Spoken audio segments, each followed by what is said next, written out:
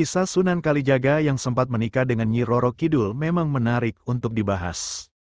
Tokoh Wali Songo diketahui memanfaatkan wayang kulit sebagai media dakwahnya, memiliki banyak cerita unik dalam hidupnya. Kisah itu bermula adanya perang saudara antara Prabu Siliwangi yang terkenal sakti mandraguna dengan pasukan kerajaan Cirebon. Dalam peperangan itu banyak utusan kerajaan Cirebon yang tak bisa menandingi kekuatan Prabu Siliwangi, baik itu Pangeran Arya Kemuning, Dewi Nyimas Gandasari hingga Nyimas Roro Kencono Wungu. Sunan Kalijaga diutus untuk melawan Sang Prabu. Pertempuran pertama Sunan Kalijaga mampu dikalahkan oleh Prabu Siliwangi. Sebagai murid Sunan Kalijaga pun meminta saran kepada Sunan Gunung Jati.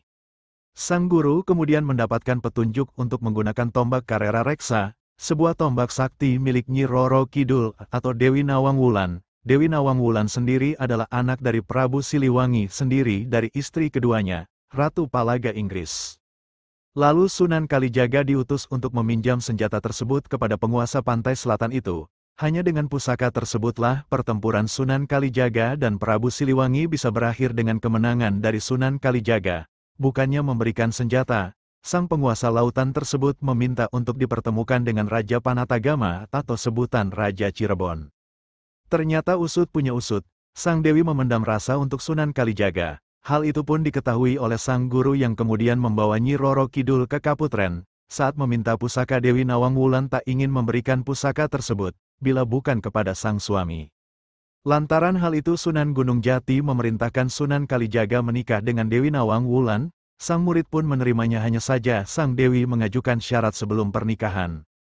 Yakni, memberikan tasbih kecubung atau wulung dari Laut Merah. Sunan Gunung Jati pun segera mengutus Sunan Kalijaga untuk memenuhi syarat dari Sang Ratu Kidul. Sunan Kalijaga pun segera pergi ke Gunung Ciremai, melakukan tafakur serta minta perlindungan pada Allah. Tak berselang lama Sunan Kalijaga mendapat sebuah isyarat yang tidak diketahui pasti dari mana datangnya, yang menyampaikan bahwa akan tiba seorang yang menuntut untuk temukan di mana tasbih wulung atau kecubung berada.